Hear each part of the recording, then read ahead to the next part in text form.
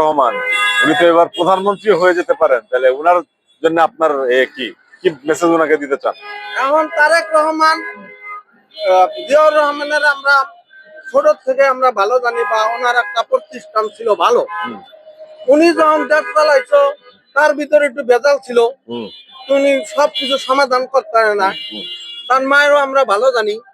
কিন্তু তার এক সব যতদিন পর্যন্ত আমরা পুলিশ প্রশাসন তার সাইডের লোকগুলি ভালো না হবে, সারা বাংলাদেশের 10 জন লোক ভাগ্যা গেছে আওয়ামী লীগের বড় বড় নেতারা, পুলিশটা একজনও ভাগে নাই।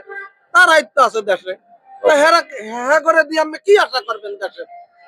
ওই দলেই তো আছে, ওই দল তো কোনো পরিবর্তন হয় নাই, আর ঘুষও পরিবর্তন হয় নাই। একটা লাইসেন্স করি সরকারি হলে বাজে 2400, 8000 থেকে 12000 টাকা নিয়ে যায় শ্রমিকের রক্ত শোষা টাকা। আবার রং ধরে, ইন্টারভিউ ধরে।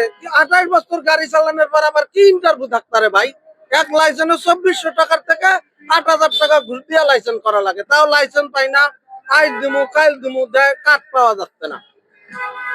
ফিঙ্গার নিতে গেলে এই সমস্যা ওই সমস্যা, দালালের ছাড়া কোনো কাজই হয় না, এক কথা।